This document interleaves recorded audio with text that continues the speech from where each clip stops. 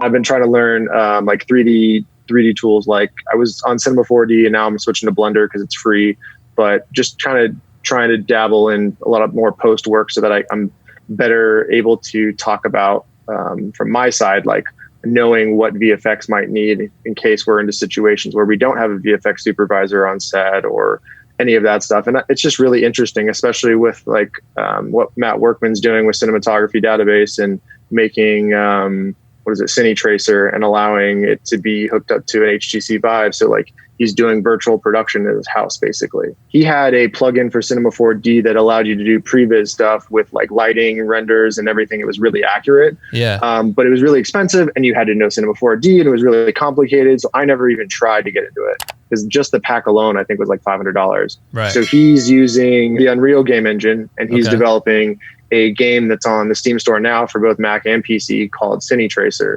And it's a previs program and it's in beta. It's been in beta. It's going to be in beta for a long time because he's doing it, I think, all himself.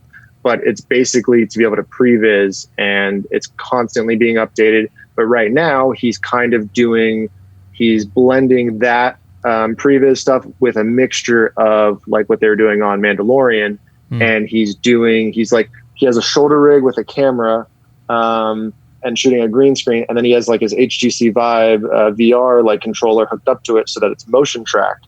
And so like he'll build the world I think it's in his game engine. And he'll move around whatever the object is. And then the background will move with it, just like on Mandalorian or something. And he's doing that all from his house. It's super in beta and everything, but it's really cool to see like what's possible.